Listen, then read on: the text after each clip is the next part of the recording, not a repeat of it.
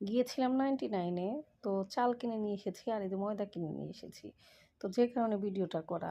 দেখেন এইখানে প্রত্যেকটা পণ্যের উপরে এই যে এরকম করে দাম উল্লেখ করা। ইভেন যে দোকান থেকে নিয়ে আসি সেই দোকানের নাম উল্লেখ করা। এইটার 99 থেকে নিয়ে আসছি।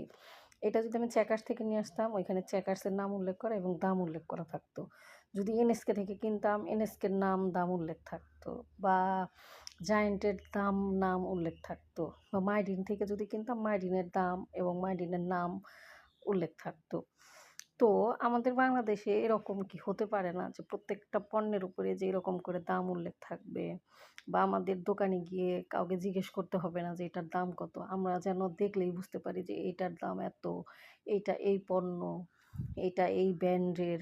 মানে আমরা কি এইভাবে এতটুকু উন্নত কি আমরা হতে পারি না? তো যার কারণে আসলে কিছু, কিছু বিষয় দেখলে মনে হয় যে এই জন্যই হচ্ছে বাংলাদেশের থেকে অন্যান্য দেশ এতটা উন্নত। আমাদের বাংলাদেশে তো দেখা যায় সবজির দাম এক দোকানে একরকম, আরেক দোকানে অন্যরকম। এক দোকানে চাচ্ছে ৳৫০, আরেক দোকানে চাচ্ছে ৳৩০ বা ৳৮০। এরকম কিন্তু পার্থক্য থেকেই থাকে। তো আমরাও চাই যে এরকম দাম উল্লেখ থাক। এখানে সবজি পর্যন্ত আপনি যেকোনো জিনিস কেনেন মানে দাম উল্লেখ থাকে।